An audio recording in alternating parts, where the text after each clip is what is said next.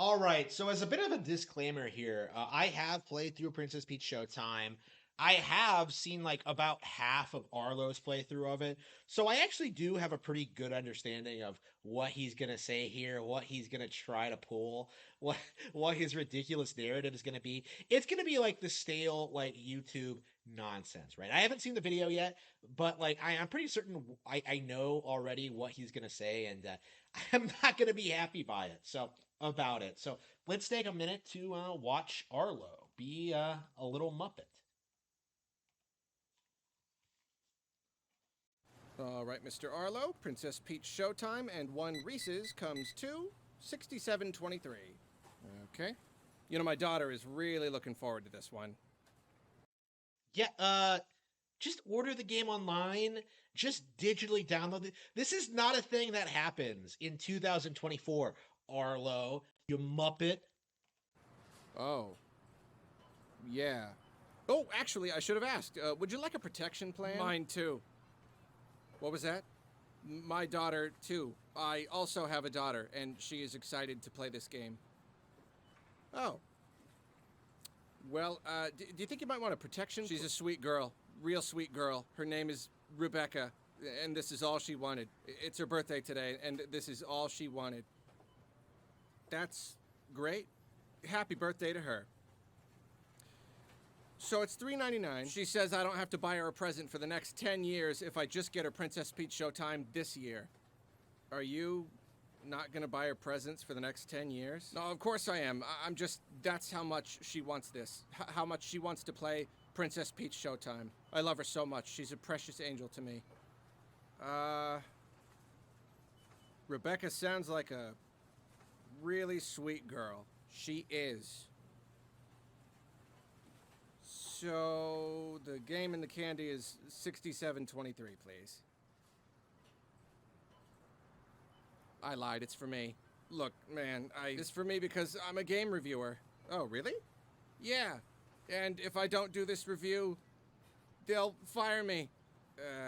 I work for IGN. That's where I review games. Oh, cool. I'm on IGN sometimes. I'll have to look you up. Don't look me up. My work is terrible. In fact, I think they're gonna fire me anyway. My work just hasn't been up to snuff, and I was hired recently, so I feel like This is not funny.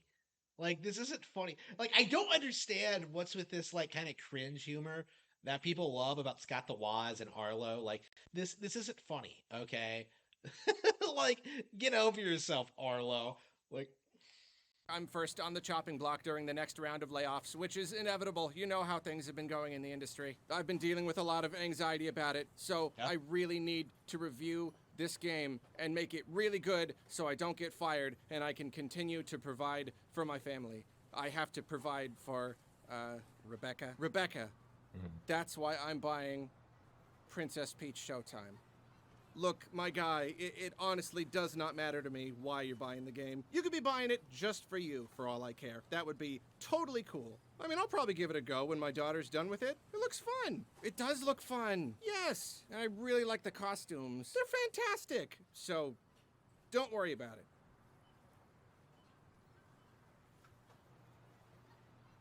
All right, so that'll be 67.23. Actually, how much was that protection plan again? Rebecca spills a lot of food on my games. Her games. I've been waiting for Peach to get her own game for a really long time. Not because I'm a huge fan of the character or anything, but because I've always loved when side characters get the spotlight, in games and in shows and movies. It lets you see things from a new perspective. It pulls the audience into new situations. Luigi's Mansion proved that a Mario game doesn't need to star Mario to be a winner. And since then, the audience has only become more and more receptive to the idea of more side character spin-offs, so to speak. And one could easily argue that Peach has been the most deserving of this treatment. She's normally the one being rescued, and sometimes she does get to help out, which is great, but giving her an entire game has always seemed like such a great opportunity to dramatically shift gears and provide a game with a much different feel from regular Mario.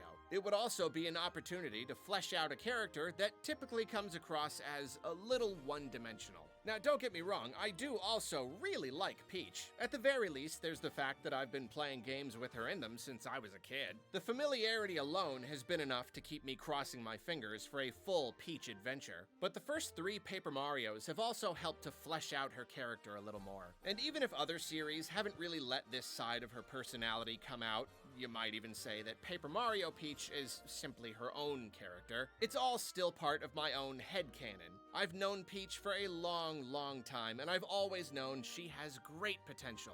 Now, it is true that she technically already got her own game, but Super Princess Peach never really looked that appealing to me. It felt a little gross that when Nintendo finally decided to give her a game, they went straight to the stereotypes. I suppose for Oh yeah, yeah. How dare they come up with an idea? Like, how dare they just be like, oh yeah, let's have her emotions give her superpowers? Like, who cares? Like, come on. comedic effect, her power is her ability to have extreme mood swings. Really? Really? How many women were in the room when you came up with this? Truthfully. No, I've been waiting for them to give it another shot. A real shot. Especially with today's tech. What could a real Peach game look like? Not just a 2D side-scroller on the DS, but a modern AAA title. Well, we've finally got one. Peach finally got her own game on Switch. Is this really a AAA game though? Like, come on. And I would say I'm mixed on the final result. I am actually quite torn in many ways. This might even be the most torn I have been on a Nintendo game since, I don't know, ever? Conceptually, Princess Peach Showtime is perfect. Honestly, I don't think you could ask for a more perfect scenario in terms of style and theming. Peach is invited to this beautiful theater where these little people called Theets are all about putting on plays. It's their whole thing. But before the show can get started, everything is derailed by a witch? Sorceress? Magically inclined person? Or possibly ghost? Whatever. Derailed by an evil lady named Grape. She locks the doors and hijacks all the plays. So it's Peach's job to perform in the plays herself and save everyone. And she dons 10 different costumes to take on 10 different roles, each with their own gameplay styles. Because Peach has historically been so one-note, it's immediately refreshing to see her in these different outfits, acting out these different parts. There's a real novelty to it, just in terms of sheer personality. Everything from her facial expressions to her animations is different, and it feels like a real exploration of her character.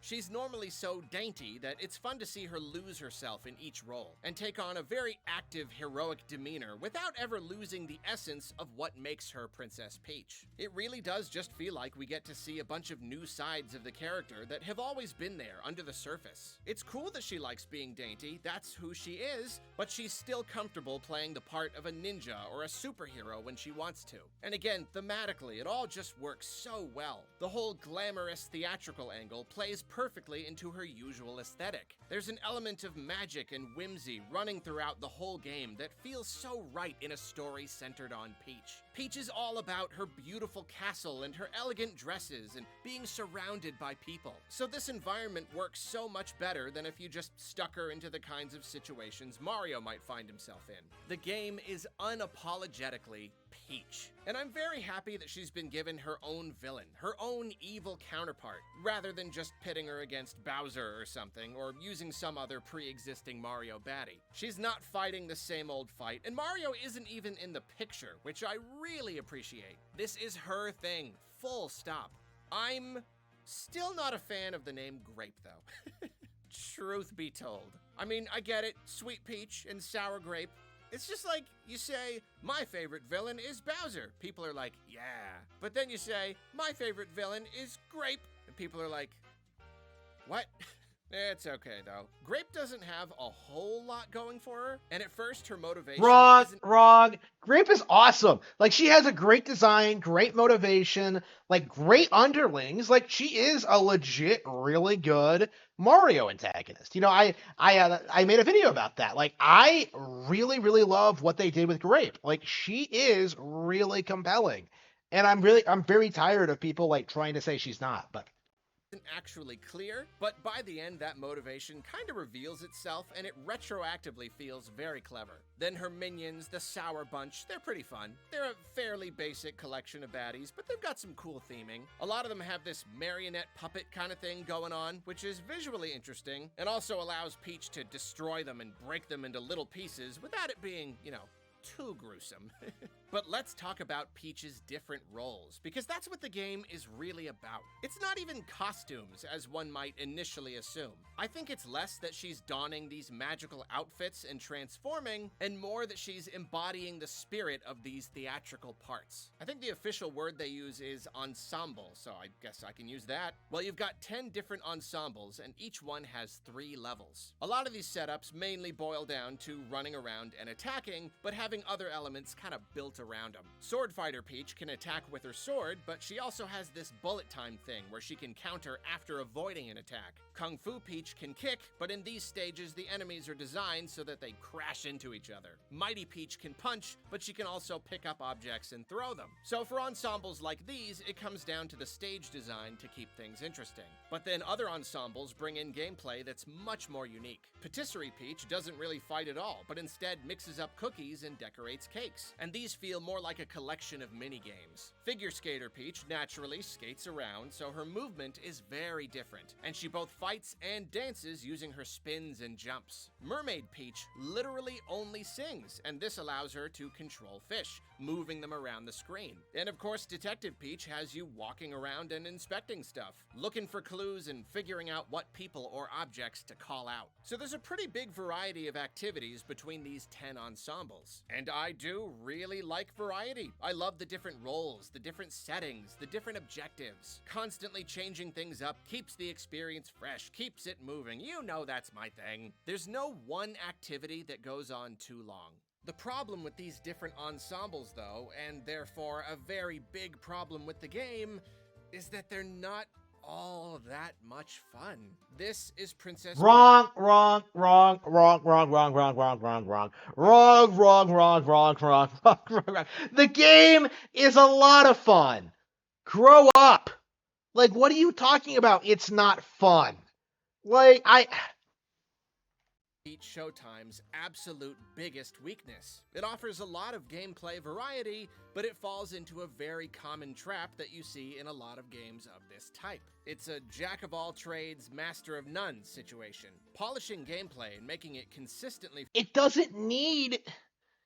The entire point is that she's taking on all these different roles. Like, yeah, the roles are simplified, but you get through these segments so quickly, you're moving on to the next thing. Like, you're constantly seeing something new, right? So, like, you're not in a costume long enough to get tired of it. Like, to me, like, complaining about the simplification of the game is completely missing the point of what the game is trying to do and who it's trying to appeal to. Fun is hard, and when you spread yourself thin in the gameplay department, it's that much harder to ensure that the whole experience stays fun all the time. Some ensembles are simply more fun to play than others, and even within each ensemble, you've got multiple gameplay. I mean, that's true, but like at the same time, like, like I'm not gonna mock like Figure Skater Peach or Detective Peach for like not necessarily being great, Patissier. Like for me, like I really liked what they did with those costumes. Like the issue for me was like the stage designs, right? Like I think for a lot of them, for quite a few of them, like they felt kind of samey, right? But like other than that, they were all a lot of fun. Modes, and those themselves can also be all over the place. I would actually say there is very little in the game that feels downright good to play. There's just about nothing that I find myself completely comfortable and satisfied with, which is extremely unusual for a Nintendo game, where gameplay and feel are usually priority number 1. Plenty of stuff comes close to being flat-out fun. Much of it is perfectly serviceable, but then there's so much that just feels clunky and sluggish. It's simply not fun to control. And Wrong, wrong, wrong, wrong, wrong, wrong. Like I saw Arlo's gameplay, okay? Like I know what the problem is, Arlo. You're not very good at playing video games. That's all it is, right? It has nothing to do with Princess Peach Showtime. It's just that you're terrible at video games. Probably don't need to tell you that when it comes to video games, being fun is pretty darn important. It has to feel right when you pick up that controller. And a lot of the time, Princess Peach Showtime just doesn't feel right. It's never downright terrible, and of course I kinda got used to it as I went along, but it never quite clicked. The bosses are also wildly inconsistent, and this Nope. is particularly disappointing. All of them are good. All of them are great. Screw you, Arlo. Because bosses in Mario and Mario adjacent games are usually so good, but most of these are fine. One or two, I would say, are downright bad. Poorly designed with poorly conveyed objectives. Nope. That's a bummer. And then there's the elephant in the room, the difficulty. Or rather, the simplicity. The difficulty. Hey, I saw you like get angry at like the Patisserie Peach chapter where like the barriers are up and you have to like the zombies are coming for you and you have to give them the cookies. Like I saw Arlo like get upset and like pause the game because it was too hard. Right? Don't try and tell me that you actually think the difficulty is like a flaw to this game because it's really not, honestly. Like the game is fun all the way through. Like it doesn't need to be super difficult, right? That's not what it's going for. Because it's not just about how easy the objectives are, as some people imagine. It's about how engaging the game is. There's been a whole lot of discourse going around, especially after the demo dropped. A lot of people, myself included, have been afraid that the game would be far too easy and simple for adults to enjoy.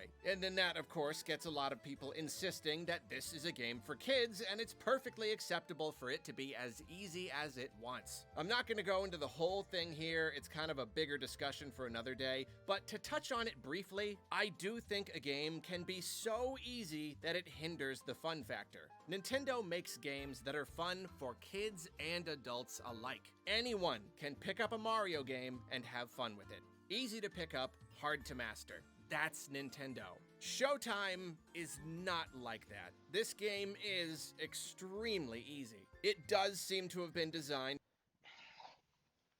Have you ever played Epic Yarn? Right? Do you not understand like the appeal of like good feel games that like they're very simplistic, but they have like great presentation and music and like are just overall like a joy to play. Like it's the same thing here. I made the comparison even before the demo dropped, I think. That like well actually no, just after the demo dropped, excuse me. Like I made the comparison when the demo dropped, right? Like it feels like the criticisms towards this game are coming from the same kind of people that hated Epic Yarn. Like, oh, like you can't die in this game. Yes, and it's great. Like this is not a criticism, like complaining a game is too easy. It's not a valid complaint at all. Especially coming from Arlo, who I saw struggle with certain sections. And with little kids in mind, rather than an audience made up of both kids and adults. But even an easy game can be fun as long as it's still interesting, as long as the gameplay is otherwise engaging. It is. And truth be told, this gameplay, along with not being very polished, is also aggressively simple much of the time. There isn't much variation in how to accomplish your goals, and it never really asks much of the player. The good news is, if you were put off by the demo, the game is a lot better than that. I honestly think Nintendo... No.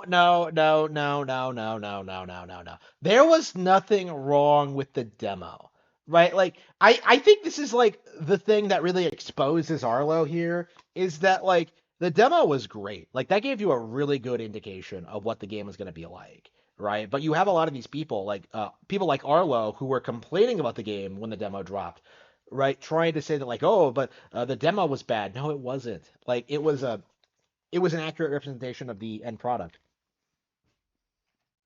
Shot themselves in the foot with that demo. It should have Nope. included a few more levels. Nope. No, that demo sold me on the game. Like, fuck you, Arlo. You don't know what you're talking about. Because it made the game look even easier and simpler than it actually is. The full thing is better, but it's still kinda pushing what I'm able to handle. It's not too simple or easy to enjoy entirely, but it's knocking on that door some of the time. If the gameplay was more refined, maybe it would make the simplicity less of an issue, Or maybe if it was a little more engaging, it would make the lack of polish less of an issue. But instead, the game kind of skirts this line where it's just fun enough to keep going, but for how long?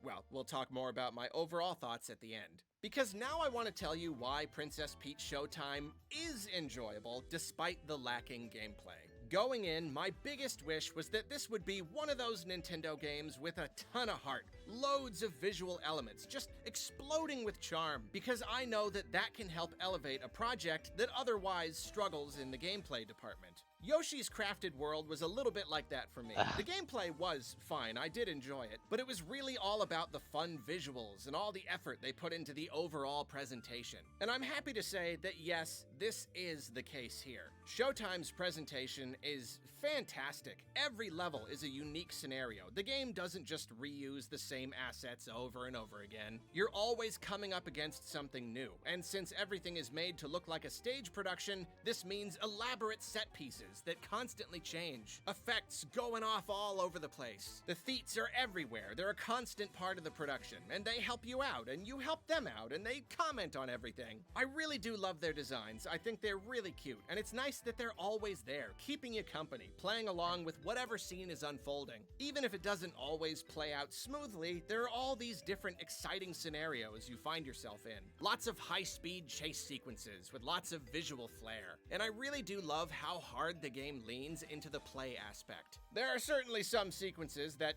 push the boundaries of what you might actually expect to see during a stage show, but for the most part, they've done a great job of making all the elements feel like real play elements. Lighting is used very strategically, especially spotlights, which can draw the viewer's attention wherever they want. Even as the Theets act all distressed, they never drop the melodramatic overacting, like they're all playing along. Even the Sour Bunch's unwanted intrusion feels like part of the story. One of my favorite examples is how whenever there are ghosts or any kind of spirits, they look like they're being projected onto the backdrop. I just can't get over how clever this is. So it's all visually thematic, but even further, it also has kind of a meta quality to it, where it's not hard to imagine that literally the entire game is actually one big stage play that Peach is the star of. Like even in-world, this could all just be a production, and maybe we're watching it along with Mario and all their friends. It's kind of up to you to consider it, you know? And I think that's a really fun angle. The whole thing has just got this very exciting energy. Peach has taken on these roles and dropped into these plays, and the Theets are always leading her along from sequence to sequence. They often run along with you between scenes, and something about this just feels great. It's like, even though this game doesn't have the best gameplay, even though it's kind of unpolished and overly simplistic, I just can't help but get sucked into the imagination aspect. I get pulled into these roles along with Peach. The Theets, they're all waiting for a hero to help them, and you're that hero. It kind of plays out like an interactive theme park ride. It's less about the challenge and more about feeling like you're really there, taking down these big baddies, doing all this amazing stuff.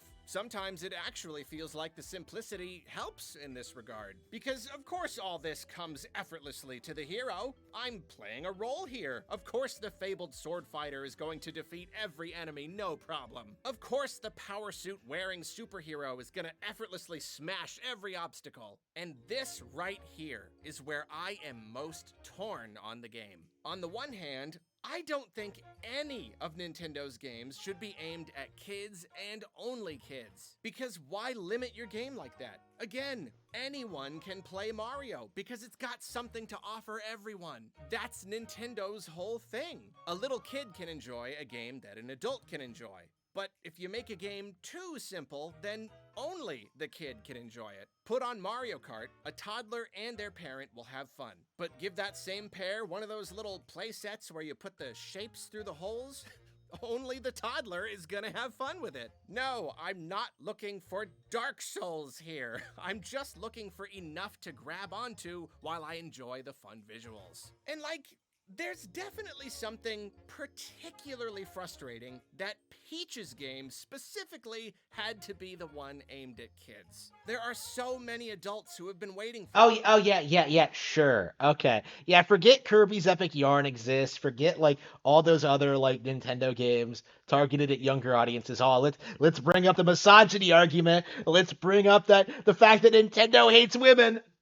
for this. The audience for a Peach-centered adventure extends so far beyond little kids. It feels like Nintendo doesn't really understand that that audience exists. And maybe I'm looking too deep into it, but I can't help but feel like, oh, so Peach gets her own game, but Peach is a princess and a girl. So the only people who will want to play that game is little girls. And girls don't play video games, so we have to make it super easy and kiddish. Do you know what I mean? Like, Kirby and Yoshi games, they're more Like, uh, first of all, like what they did worked. Okay, women love this game. Okay, like let's be real. But like, yeah, like Arlo, not a single good point made in this video. None. kid-friendly, easier on the whole, but in most cases still engaging enough to keep adults entertained. And they always include plenty of tricky challenges, especially in the late and post-game. But not Peach. Out of all the colorful, kid-friendly games Nintendo puts out, this exact one is the one that specifically focuses on little kids first and foremost. Why? Well, it must be because Peach.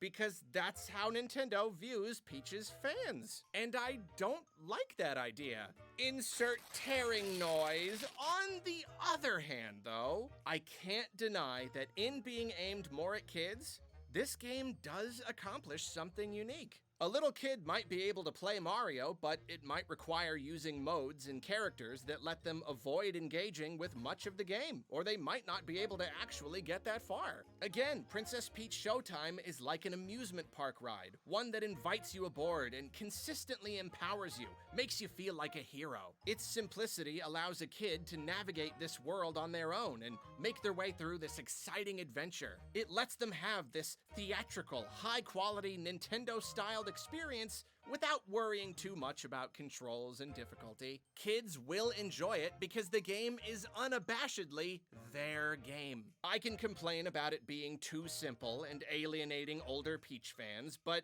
it doesn't care.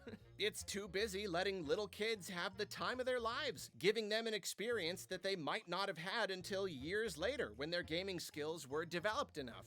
And I can respect that. I actually love the idea of a kid getting into video games precisely because this game caters to them at such an unusually young age, when most games aimed at them are simple educational apps based on kids' shows that they play on their tablets. Now, I will say, I still think the execution here is lacking. It's usually a game for kids, but there are plenty of difficulty spikes I could see being a problem. Certain bosses and sequences that I could see a kid really struggling with. Also, Oh, so you mean the game sometimes has a couple of difficult moments, Arlo? So, some things that you did struggle with? Come on. Thing where Nintendo loves to make games for kids that also rely heavily on dialogue. Gameplay-wise, it feels like a game for 5-year-olds, yet some parts basically require the ability to read. Plus, a huge amount of the dialogue happens in real time without waiting for you to hit the button to dismiss it, and it goes by so fast that even an adult might struggle to keep up. Like, what is that about? Is it for kids or not? It's kind of annoying how inconsistent the age appropriateness is sometimes. And as we've already established, inconsistency is a big problem with Princess Peach Showtime overall. It's just not very well tuned. Some stuff is fun enough, other stuff isn't. Some stuff works, other ideas fall a little flat. But one more big thing the game has going for it is how it unfolds. I mentioned how the demo didn't properly represent the game, and that's because it offered one tiny slice from the very beginning. The whole experience actually gets better and better the more you progress. The first time you use an ensemble, you play what feels more like a tutorial level. It's the second level where things really start to get interesting. The gameplay is slightly more demanding, and the overall themes are better explored. Even more, things very often take a darker turn. The second sword fighter level takes you through a haunted castle. The second patisserie level introduces a zombie element of all things. The second mermaid level has you facing off against a spooky ghost ship. It's actually really surprising how the themes pretty consistently get a little more dire, and they certainly get a lot more interesting. Then, slight spoiler, I suppose, but the final level for each costume has you rescuing the Sparklas. These are the originators of these roles Peach is taking on. At first, I kind of thought she was just donning costumes and playing parts, but she's actually taking over for these extra skillful Theets who have been captured by Grape. And these levels are usually where the game shines brightest. They're weirder and darker than any other levels, taking place in some kind of strange dimensional place. Mechanically, this is where you apply all the concepts established in previous levels, so the difficulty and level of interest is highest here. After rescuing a Sparkla, you then work together to escape, which just feels great. It's you and this revered professional, both being awesome and teaming up against the very last of what the Sour Bunch has to throw at you. These sequences are the culmination of each of the 10 different themes. And even if we're not talking about anything mind-blowing, it's still a satisfying way to wrap things up. It's that energy I was talking about, the roleplay, the feeling of flying through this little adventure. And no spoilers, but the game's ending sequence goes a lot harder than I expected. Peach doesn't get games too often, so I love how they made sure that this one came to a very fun conclusion. A few more little things before we wrap this up. The visuals are lovely, but the frame rate suffers as a result. And it's not just that it's slow, it's that it's, what do you know, inconsistent. Dropped frames are common, giving the game a very choppy look at times. I know this won't matter to everyone, but I do find it kind of annoying. I'm not sure if they needed to lower the visual fidelity slightly or just optimize the game better, but whatever the case, I wish they'd smoothed it over somehow. The music is nice. It's really nice. Some of these themes are very whimsical and well composed. The soundtrack leans more into orchestral arrangements, which I'm not usually as much of a fan of, but it certainly fits the whole theater vibe. No complaints at all here. It's all quite enjoyable, even if nothing like really jumps out at me in particular. Peach's voice is very interesting here. I don't know if it's because of the Mario movie or if they just wanted to do something a little different, but her vocal range is much wider. Peach usually speaks in such a high, almost squeaky voice, but in Showtime, you'll hear lines delivered much, much lower, like way more deep than we're used to. Case closed.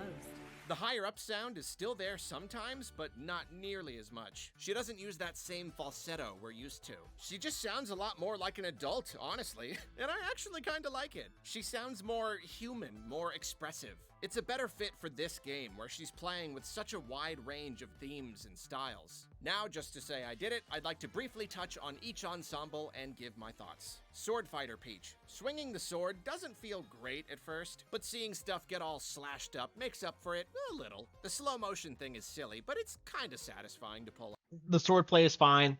off. Visually, the outfit is one of my favorites for sure. She looks awesome. Patisserie Peach. Making cookies isn't super fun. Cake decorating is pretty okay though. It can be kind of a neat little challenge. The outfit is super cute. I particularly love her idle animation. Kung Fu Peach. Swinging on poles and knocking enemies around is satisfying, though the sluggish combat kinda gets in the way. It's The not one-on-one sluggish! battles are pretty janky, so I guess I'm not a fan. No, Detective no. Peach. I do like how thoroughly different the gameplay is here. It's nothing like the rest of the game. Not fun to replay, but it's kinda cute the first time. Figure Skater Peach. I can't help but notice that it's not as fun and fluid as Ice Flower Mario from Galaxy, but it's still satisfying to glide around and chain together jumps and spins. Definitely one of the better transformations as far as controls go. Cowgirl Peach. Lassoing barrels and chucking them is a lot of fun, though it never lasts long enough. The horseback sequences feel kinda clunky, but at least they're exciting. Visually, this one is very strong. Dashing Thief Peach. It's really just Peach with a grappling hook.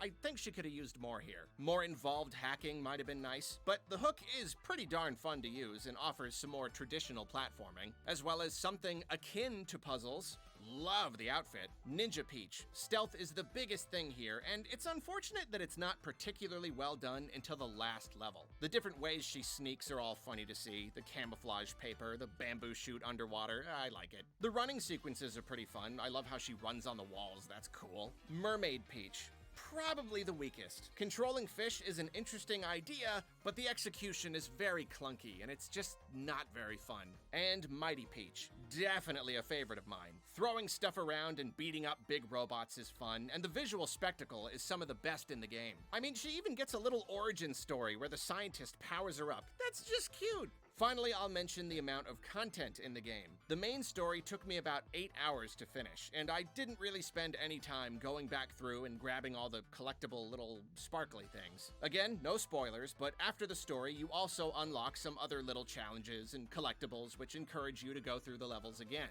There are also decorations to purchase for the lobby, as well as outfits both for Peach and her little star friend, Stella, I think. And some mini-games thrown in there for good measure. So it's not a huge amount of content, but it's not an insignificant amount either. It kinda just depends on who you are and what you're getting from the game. It is a relatively short experience overall, but it's one of those games with a lot of heart that they spent a lot of time on, with lots of different set pieces and unique visual elements. It's certainly an experience worth having. That said though, personally, the post-game content didn't really do much to keep me playing because the game itself, well, it isn't fun enough. None of the gameplay is enjoyable enough to keep me going and wanting to collect everything. I enjoyed myself, sure, but once I rolled the credits, that was kinda it for me. And that's really the thing about Princess Peach Showtime. It's a very confused, inconsistent experience. Where it excels is in its visuals, its energy, its overall spectacle. It feels like a dazzling performance, and it's fun to go along with the characters as they have the time of their lives playing out this fantasy. But the gameplay is also rough and seems to be aimed at a much younger audience, which means that many adults will indeed end up feeling alienated. I'm glad I played it, and I can definitely say that I had a So basically, the only issue you have is that the game wasn't hard enough for you. Like that's the only complaint he came up with in this 30-minute long video. Oh, it's not hard enough. Yeah, that is not an excuse. Like again, I marvel at the lengths these people will go to downplay every Nintendo game that comes out. Let me reaffirm this. Princess Peach Showtime is great. So I really loved it personally, but pretty okay time, but I also wouldn't have wanted to spend $60 on it if I weren't reviewing it. And I can't say with confidence that I'll find myself playing it again someday. I mean, the biggest thing I can say against it is this. My nephew is about to turn 8. He's been raised on a steady diet of Nintendo games. He loves them all, no matter how easy or kiddish. Mario, Kirby, Yoshi, all of it. But he is just not into this game. And I don't think it's because it stars Peach. He was excited to play the demo, but after that, there just wasn't anything enticing him to keep going. He hasn't even touched the full thing. And in case you haven't put it together yet, he is a kid. But the game is so simple that even a 7-year-old might be too old for it. So really, I'm very torn. I appreciate Princess Peach Showtime for what it is. I did enjoy much of it. In some ways, it's a perfect game for Peach. But in other ways, I find myself wishing for more. I don't know if she'll be starring in more games in the near future, but if she does, I do hope they try to bring the gameplay up to the Nintendo standard and make something that everyone can enjoy. Even 30-something gamer dudes who probably don't deserve it. All right, I can help whoever's next. Oh, hey, it's Arlo, right? Yeah, Did Rebecca spill food on your game? Rebecca spilled food on my game. Yeah, okay, I'll help you out. Actually, can I get another Reese's too?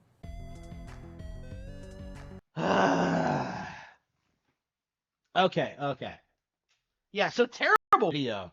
Like Arlo just cannot like review a product to save his life, right? Like this is the thing we see every single time from him.